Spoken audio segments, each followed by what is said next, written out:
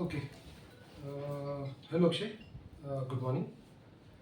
तुम्हारा आज का सेशन है अबाउट ऑर्गेनोग्राम। ऑर्गेनोग्राम बताने के पीछे का मेजर रीज़न यही है कि you get to know the whole company in short. एक टॉप व्यू मिल गया, फिर तुम हर एक डिपार्टमेंट जाओगे तो डिटेल्स तुम्हारे को आने लगेंगे, तो फिल इन द ब्लैंक्स हो जाएंगे, क्या करता है कैसे करता है।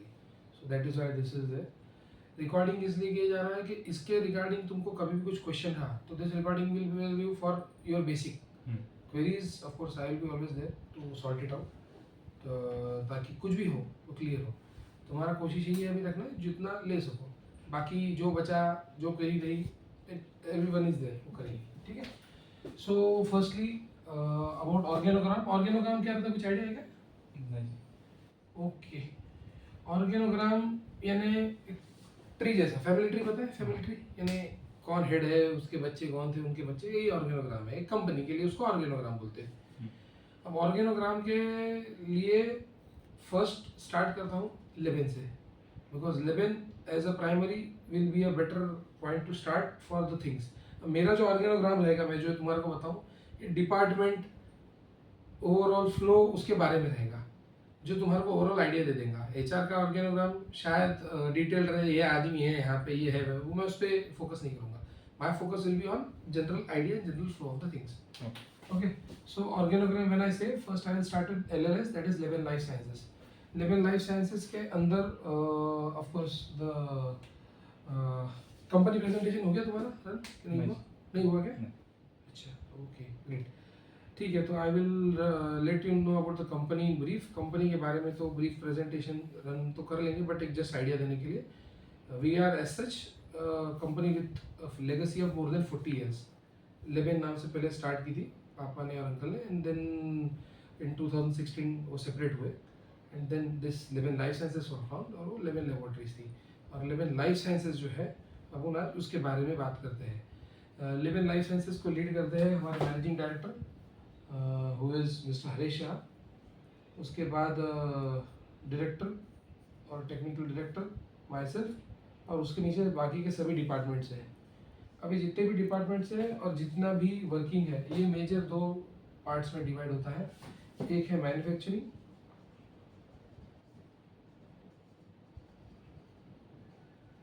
और एक है ट्रेडिंग। हमारी ओवरऑल एज ए कंपनी ये दोनों भी एक्टिविटीज़ सेमी प्रीमाइज में होती है। 3 बिल्डिंग्स है, ये मेन अपनी ऑफिस ब्लॉक बोलते हैं जिसको, वो है। इसके बाजू में मैन्युफैक्चरिंग ब्लॉक है और पीछे उसका यूटिलिटी ब्लॉक है। तो यहाँ पे ये बिल्डिंग के अंदर आपका मेजरली ऑफिस रहेगा और पीछे वेयर हाउस रहेगा। तो यहाँ से ही ट्रेडिंग एक्टिविटी होती है और यहाँ से ही आपका जो भी गुड्स है जाते हैं। बाजू की बिल्डिंग है, वहाँ पे मैन्युफैक्चरिंग एक्टिविटी होती है, पूरा प्रोडक्ट बनने से लेकर एंड पूरा फिनिश गुड स्टोरेज तक, और फिर वहाँ से बाहर। और पीछे जो है उसका यूटिलिटी ब्लॉक, यानी जो भी चीज़ें मैन्युफैक्चरिंग को लगती है, फॉर एग्जांपल गर्म स्टीम लगती है, इलेक्ट्रिसिटी लगती है, तो सब चीज़ें वहाँ से यहाँ आती है। अभी मैन्युफैक्चरिंग जो एक्टिविटी है वहाँ से मैं स्टार्ट करता हूँ for more clarity on things. Manufacturing starts with it, there are atleast 8 different departments जो मैन्युफैक्चरिंग में एसोसिएटेड है। स्टार्ट होता है वेयर हाउस से, मैं शॉर्ट फॉर्म्स लिखूंगा ताकि तुमको हो कहीं भी डाउट हो तो पूछ लेना। बट वेयर हाउस इज, हमारे यहाँ टोटल ऐसे बोले तो 2 वेयर हाउस होंगे, आइडियली 3। एक वेयर हाउस होगा रॉ मटेरियल का, पैकिंग मटेरियल का। एक वेयर हाउस होगा मैन्युफैक्चरिंग के फिनिश गुड स्टोरेज का, और एक वेयर हाउस होगा ट्रेडिंग का स्टोरेज का। ऐसे 3 टोटल वेयर हाउसेज है, सेम प्रीमाइसेस है अपने। वेयर हाउस का मेजर वर्क होता है हमारा जो भी मटेरियल है उसको रिसीव करना। रॉ मटेरियल हो, पैकिंग मटेरियल हो, मिसलेनियस मटेरियल हो, मेजरली 3 कैटेगरीज है। रॉ मटेरियल तुमको आइडिया होगा क्या है, राइट?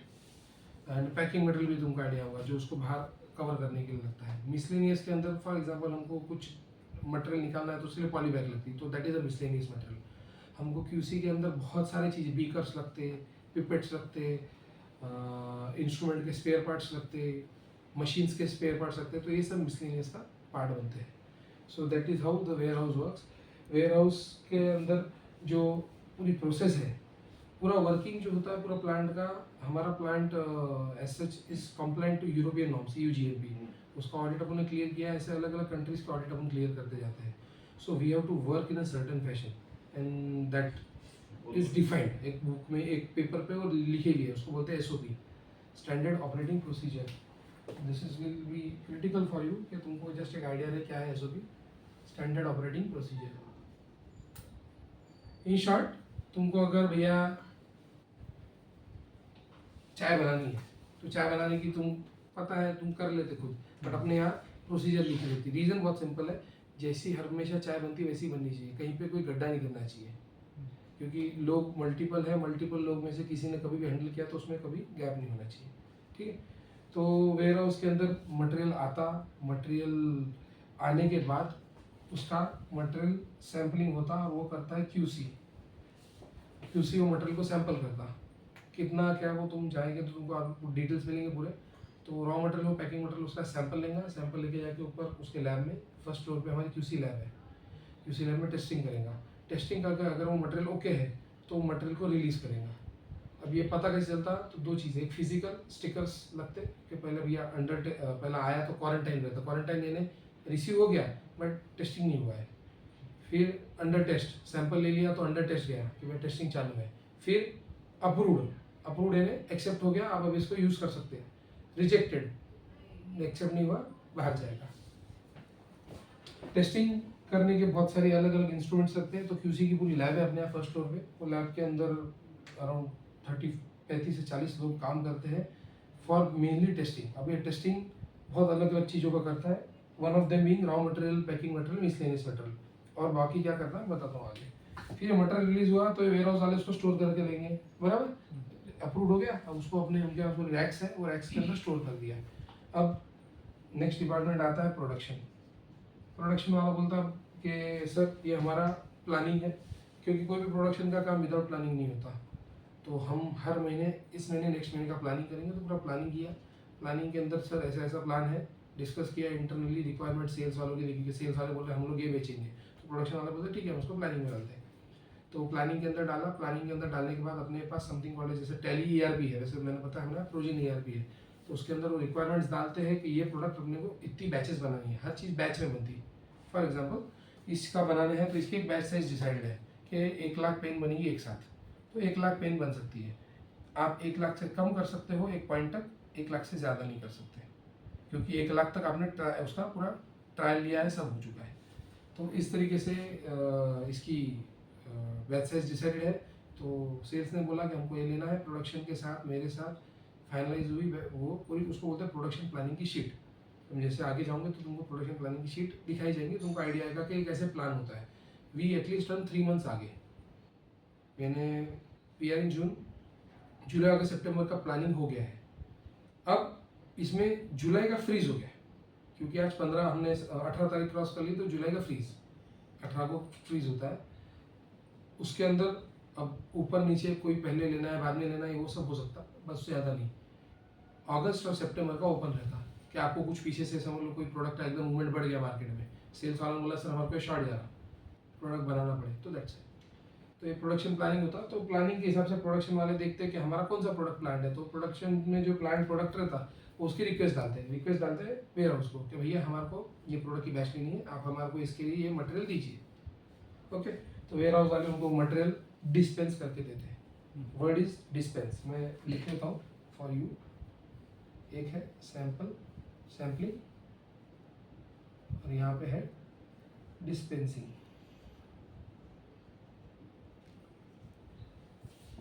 डिस्पेंस किया, डिस्पेंस्ड मटेरियल फिर जाएगा प्रोडक्शन में. फिर प्रोडक्शन में पूरी उसकी प्रोसेस होंगी. अब प्रोडक्शन में अपने यहाँ 3 टाइप के प्रोडक्ट्स बनते हैं मेजरली. एक है टैबलेट पता है? हाँ सर. ओके. एक है कैप्सूल्स और एक है एक्सटर्नल प्रिपरेशंस. कैप्सूल पता है? ओके. एक्सटर्नल प्रिपरेशन नाम सुनने नहीं होगा. ऑइंटमेंट पता है ना? ऑइंटमेंट, क्रीम, जेल जो ऊपर से लगाते हैं जनरली, सेमी सॉलिड बोलते हैं जिसको, वो है एक्सटर्नल प्रिपरेशन उसका नाम. तो ये तीनों चीज़ें बनती, इनकी पूरी प्रोसीजर है, उस हिसाब से वो चीज़ें बनती है. टैबलेट के अंदर कुछ 5 से 6 स्टेप्स रहती. कैप्सूल्स के अंदर जनरली 3 स्टेप्स रहती. एक्सटर्नल प्रिपरेशन के अंदर भी दो ही स्टेप्स रहती है एक्सटर्नल प्रिपरेशन। तो it is as simple as that, और फिर वो पूरा बनता है।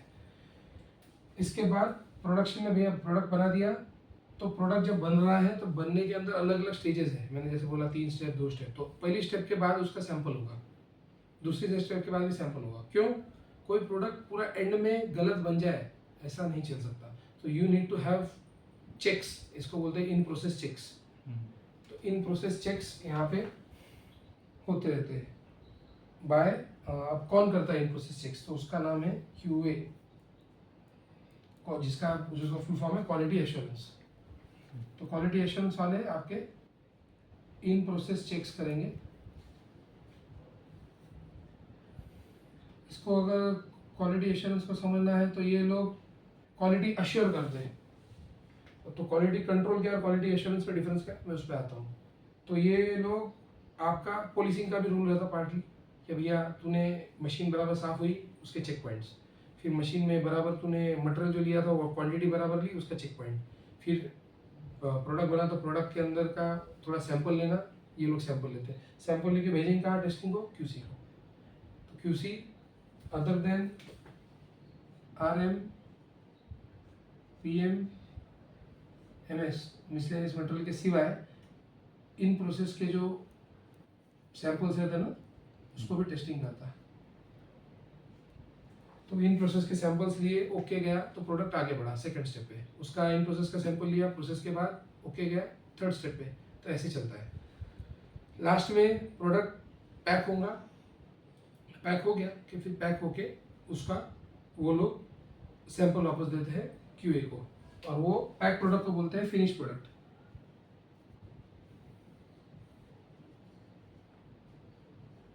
तो फिनिश प्रोडक्ट भी वो लोग देंगे QA वालों को सैंपल, QA वाले देंगे QC को। सैंपल लेने का काम भी QA करता है। मैंने प्रोडक्शन हूँ, मैंने बनाया, तो मैं ही खुद सैंपल नहीं दे सकता।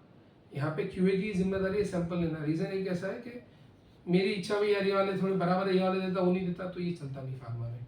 फार्मा में बहुत ज़्यादा रेगुलेशन है, बहुत ज़्यादा डॉक्यूमेंटेशन है, बहुत स्ट्रिक्ट तरीके हैं।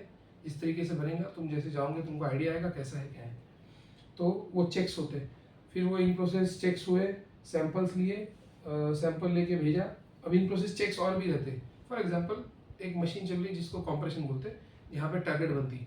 अब टैबलेट कंटिन्यूस निकलती रहती, तो टैबलेट्स को अलग अलग टाइम पे चेक करना पड़ता है उसका वेट कि ये बराबर है कि नहीं, इसका वेट।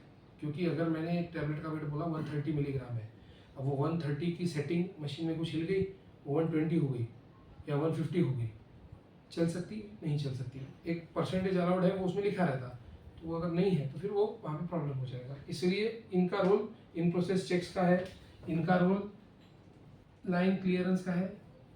लाइन क्लियरेंस है, अभी मेरे को यहाँ काम चालू करना है, एरिया क्लियर है, आपका कुछ पिछले प्रोडक्ट का नहीं है, चेकिंग क्लीनिंग हो गई, क्लीनिंग के डॉक्यूमेंट देख लिए, सब देख लिया, ओके लाइन क्लियरेंस आपको, अब आप काम कर सकते हैं।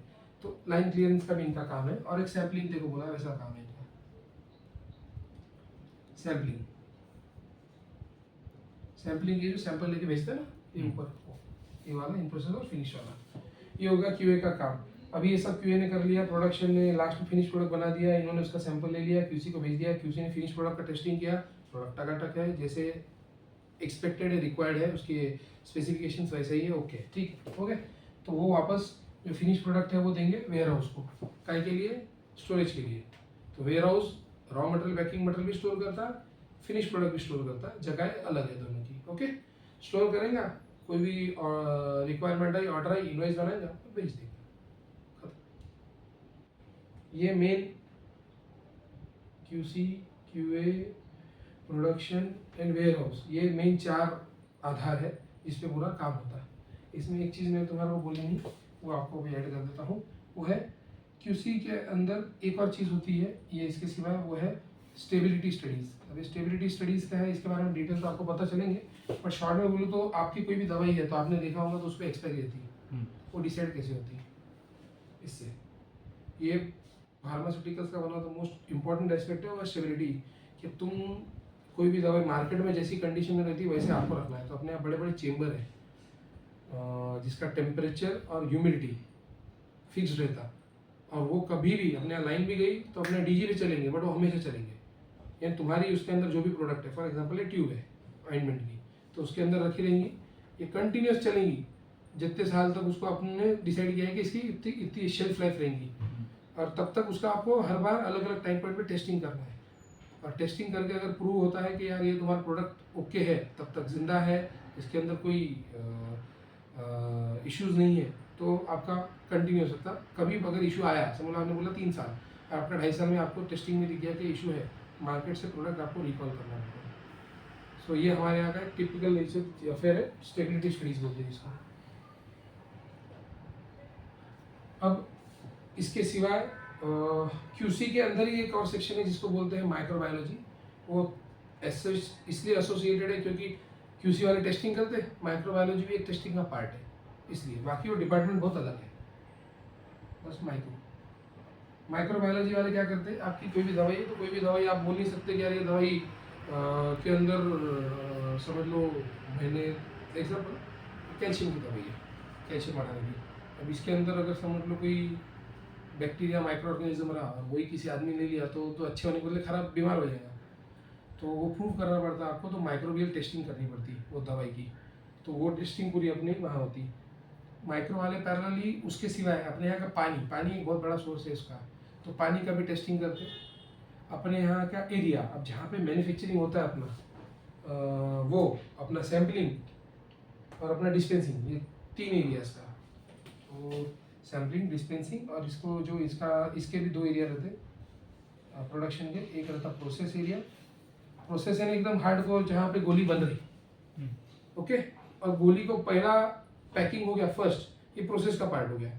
उसके बाद आप समझ लो उसको एक स्ट्रिप बन गई, समझ लो स्ट्रिप को आप एक कार्टन में डाल रहे हैं, एक शिपर में डाल रहे हैं, ये कोई कंट्रोल रिक्वायरमेंट नहीं है इसको, क्योंकि वो आपका ऑलरेडी टैबलेट जो वो है वो प्रिजर्व होगी, तो उसको एरिया बोलते हैं सेकेंडरी पैकेजिंग।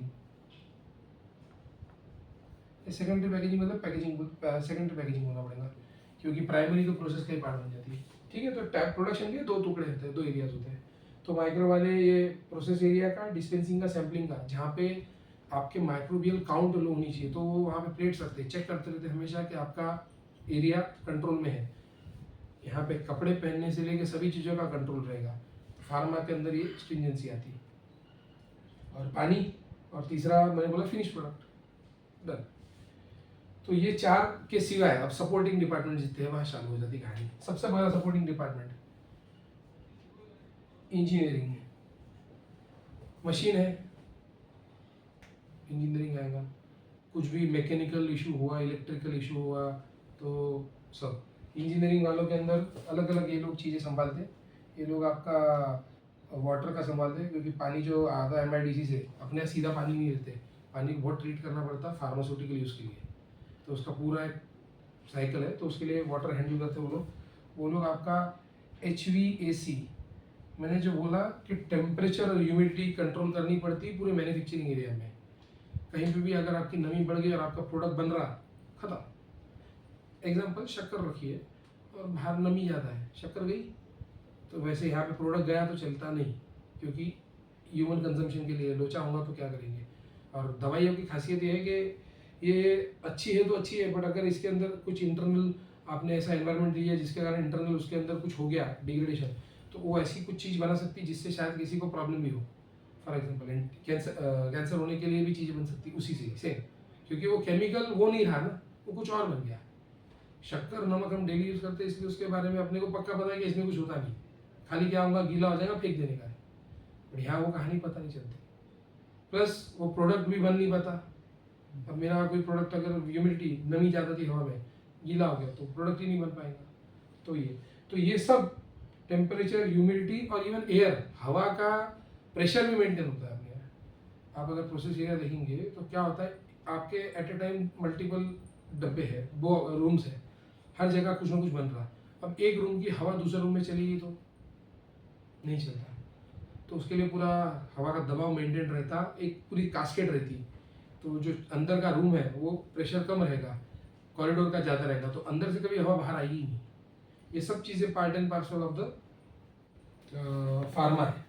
तो HVAC मैं जस्ट ओवरव्यू दे रहा to get you a feel, बाकी जाएंगे तो तुमको बहुत सारी चीज़ें पता चलेगी, तो you can easily take it in, but overview is minded. तो वाटर हो गया, HVAC हो गया, इसके सिवाय आपका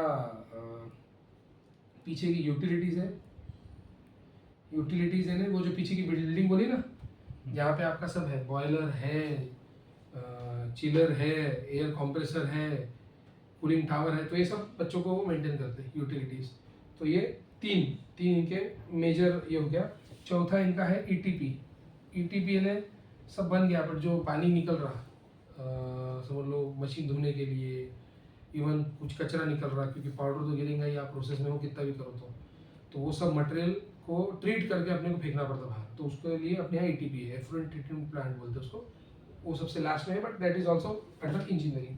सो ये इंजीनियरिंग का मोटा मोटी कवरेज है। और इसके सिवाय ऑफकोर्स सभी इक्विपमेंट और इंस्ट्रूमेंट को मेंटेन करना। आप देखो अपने यहाँ मेजर दो एरियाज, एक है प्रोडक्शन जहाँ पे बहुत सारी मशीनरीज है, और दूसरा है QC जहाँ टेस्टिंग के इंस्ट्रूमेंट्स हैं, तो दोनों को मेंटेन करना भी इनका काम है, ठीक है। फिर इंजीनियरिंग के सिवा दूसरा एक टुकड़ा इंपॉर्टेंट आज के समय में हो गया, हुआ है IT बैकबोन। अब फार्मा में IT का रिस्पॉन्स बहुत आगे है, इम्पोर्टेंस ज़्यादा है, क्योंकि IT आपके पॉलिसीज से चलता है, ना कि इच्छा से। मेरी इच्छा हुई मेरे डेस्कटॉप पे डाल दो, यहाँ पे ऐसा है आपके डेस्कटॉप पे कोई भी कुछ डाल ही नहीं सकता। हर चीज़ आप जो डालेंगे फोल्डर में डालेंगे, क्योंकि वो फोल्डर बैकअप रहेगा, तो आपको रिस्क नहीं है। तो फार्मा के अंदर हर चीज़ रिस्क पे चलती है।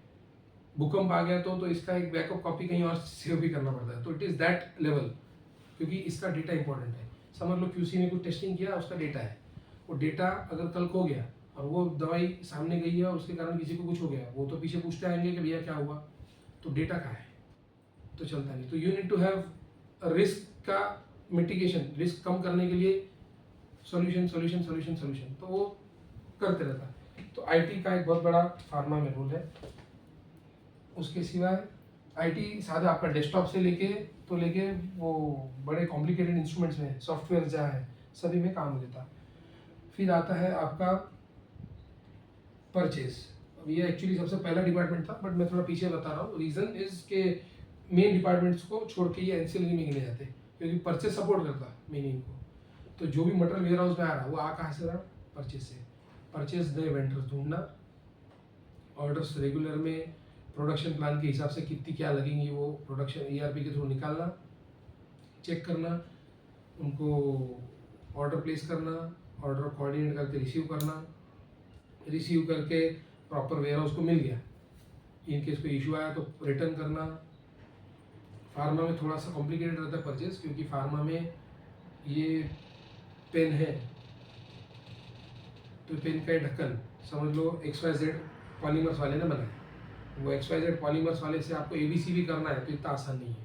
फार्मा में हर चीज़ you have to stick to, कुछ चीज़ों में अलाउड है बट बहुत सारी चीज़ों में नहीं है, तो बहुत इंश्योर करना पड़ता है, क्वालिटी बहुत इंपॉर्टेंट। तो हर रॉ मटेरियल, हर पैकिंग मटेरियल का बहुत फाड़ फाड़ के इवेल्यूएशन होता, फिर उसके लिए जाता। और परचेज के बाद फिर लास्ट आता है HR, ठीक है। HRA बोलना चाहिए, human resource and administration, pharma के अंदर अपने यहाँ। तो ये लोग पूरे सभी लोगों के ज्वाइनिंग से रिलीविंग तक उनका कुछ इश्यूज रहे, प्रॉब्लम्स रही, तो वो सब they are there for them, other than the department heads, okay. Manufacturing के अंदर दो और डिपार्टमेंट्स हैं, they are not hard core manufacturing, but they are hard core, I should say supportive departments to the company. एक है R&D। As a company India के अंदर बहुत ही कम कंपनीज है, out of 10,000 manufacturing units, not more than 1,000 units है R&D। बाकी सब लोग कैसे काम कर रहे हैं उनको उनका पता, बट 1,000 यूनिट्स ही है जो प्रॉपर रिसर्च करते हैं कि भैया ये कैसे बनाना क्या है। क्योंकि एक प्रोडक्ट को फार्मा में आपको एक ध्यान रखना है, ये जनरल आइडिया के लिए, कि every medicine should have 3 things. एक तो वो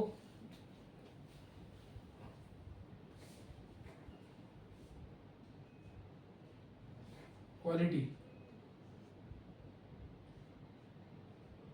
एफिकेसी, सेफ्टी। तो ये तीनों चीज़ें मेंटेन मेजरली करनी पड़ती है, और इसी में पूरा हमेशा काम होता है। तो आप अगर QC का टेस्टिंग भी देखेंगे तो QC के अंदर क्वालिटी की साइड और एफिकेसी की साइड भी टेस्ट होती है और सेफ्टी की भी होती है।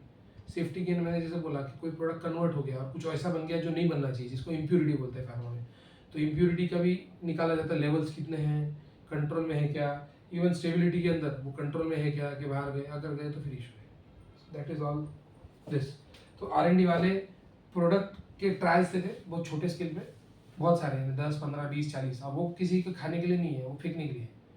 तो ट्रायल्स देके डिसाइड करेंगे कि ये बेस्ट फॉर्मुलेशन है।